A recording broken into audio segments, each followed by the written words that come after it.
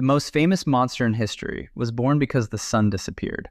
Welcome back to Constantly Curious. I know it's been a while. I'm still trying to find my voice in this podcast, and I think maybe I got it now. We are going to connect a catastrophic, apocalyptic natural disaster on one side of the planet to a group of bored, privileged teenagers on the other. And somewhere in the middle, we are going to throw in some severed frog legs, electrical batteries, and the birth of science fiction. So turn on the lights, lock the doors, and let's travel back to the year 1816, a year when the sky turned yellow, the snow fell in June, and something monstrous was waiting to be woken up. Act 1, the mountain that swallowed the sky. To understand the monster, we first have to understand the darkness. And the darkness started a year earlier and halfway across the world, on an island in Indonesia. The date was April 5th, 1815. Mount Tambora, a massive volcano that had been dormant for centuries, woke up.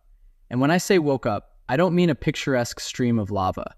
I mean the mountain literally blew itself to pieces. It was the most powerful volcanic eruption in recorded human history. It was so loud that people living over 1,200 miles away heard a sound they thought was cannon fire. Tambora ejected an estimated 36 cubic miles of pulverized rock, ash, and pumice into the sky. But the real killer wasn't the rock. It was the sulfur dioxide. Millions of tons of this gas shot straight up into the stratosphere. Once it was up there, it combined with water vapor to form a massive, global veil of sulfate aerosols. This cloud acted like a giant planetary mirror, reflecting the sun's heat back into space. Slowly, silently, this invisible veil spread across the globe. By the time the calendar turned to 1816, the world was plunging into a deep, unnatural chill. 1816 became known in the history books as the year without a summer, and it was terrifying. In North America, farmers woke up in May to find their crops frozen solid. In June, a massive blizzard swept across the Northeast, dropping a foot of snow on Massachusetts.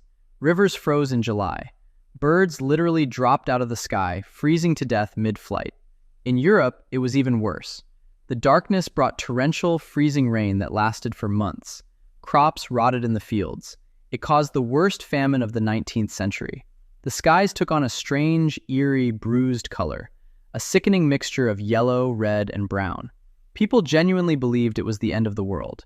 And it was under this bruised, bleeding sky that our story shifts from global disaster to a very specific, very gloomy mansion in Switzerland. It's the summer of 1816, though it feels like the dead of winter. We are at the Villa Diodati, a grand mansion on the shores of Lake Geneva. Inside are some of the most famous literary figures of the era.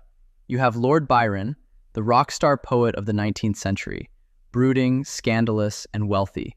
With him is his personal physician, John Polidori, and visiting them is a fiery, radical poet named Percy Bysshe Shelley, and his 18-year-old lover, Mary Godwin. You probably know her by her future married name, Mary Shelley. They had traveled to Switzerland for a summer holiday, expecting boat rides on the lake and sunny picnics. Instead, the Tambora ash cloud trapped them. For weeks, they were locked inside by violent thunderstorms and relentless, freezing rain. The skies were so dark they had to light candles in the middle of the afternoon. Imagine being 18 years old, trapped in a drafty mansion with 3 eccentric, brilliant, highly dramatic men. You can't go outside. You've read all the books you brought. The isolation is getting to everyone. To pass the time, they started reading a book of translated German ghost stories aloud by the fireplace.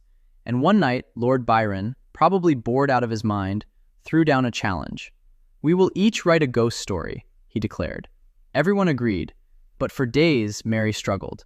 Every morning, the others would ask her, "Have you thought of a story?" And every morning, she had to say no.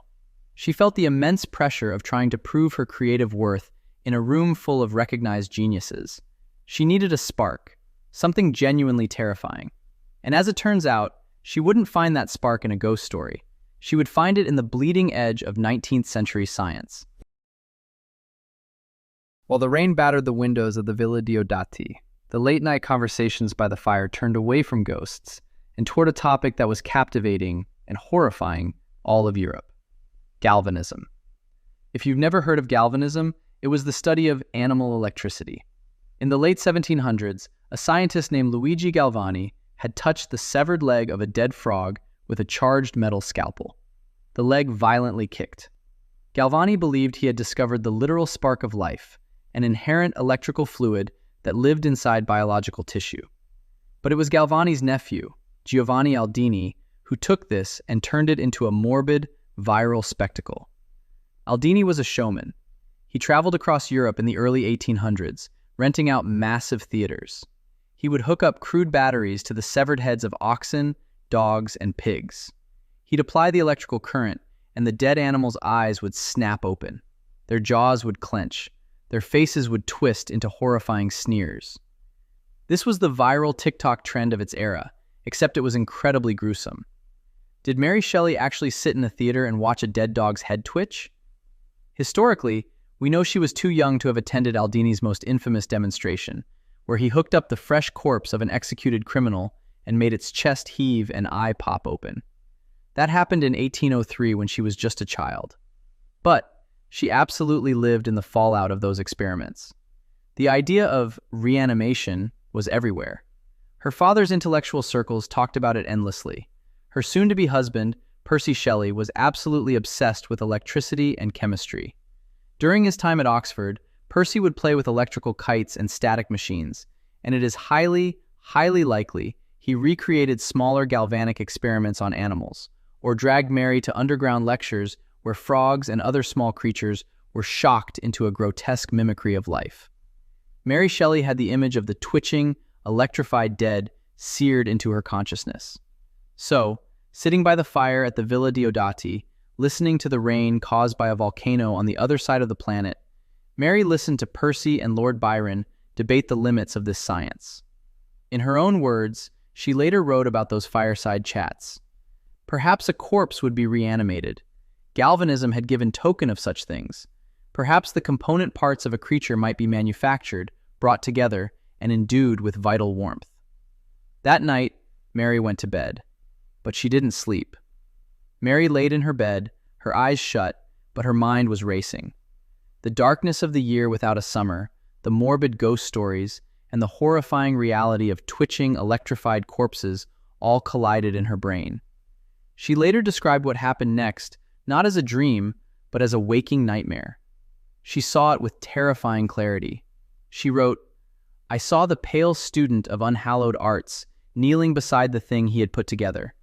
I saw the hideous phantasm of a man stretched out, and then, on the working of some powerful engine, show signs of life and stir with an uneasy, half-vital motion."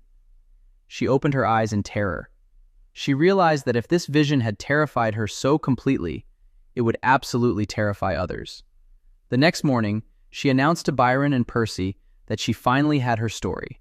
She began with the words, "It was on a dreary night of November." Over the next year, she expanded that short story into a full novel. In 1818, Frankenstein, or The Modern Prometheus, was published. It was an instant sensation. Mary Shelley hadn't just won a fireside ghost story contest. She had inadvertently invented an entirely new genre. Frankenstein is widely considered the very first work of science fiction. It wasn't about magic or demons or curses. It was about a man pushing the boundaries of technology and facing the horrific consequences. It's a story we are still retelling today, in 1,000 different ways, every time we worry about artificial intelligence, genetic cloning, or playing God. This is why I love history, because if you ask anyone on the street where Frankenstein came from, they'll tell you it's a book, a classic horror story. But now you know the invisible threads. If Mount Tambora doesn't erupt in Indonesia, the millions of tons of sulfur dioxide don't block out the sun. If the sun isn't blocked, there is no year without a summer in 1816. If the weather in Switzerland had been beautiful and sunny, Mary, Percy, and Lord Byron would have spent their days sailing on Lake Geneva, having picnics and drinking wine. There would have been no need to stay indoors, no ghost story contest, no late-night debates about the horrific electrical experiments on dead animals. If the sun had shone, the monster would never have been born. Thank you for listening to Constantly Curious. If you enjoyed unraveling today's historical tapestry, make sure to subscribe wherever you get your podcasts and leave us a review. It helps us keep the lights on and the monsters at bay.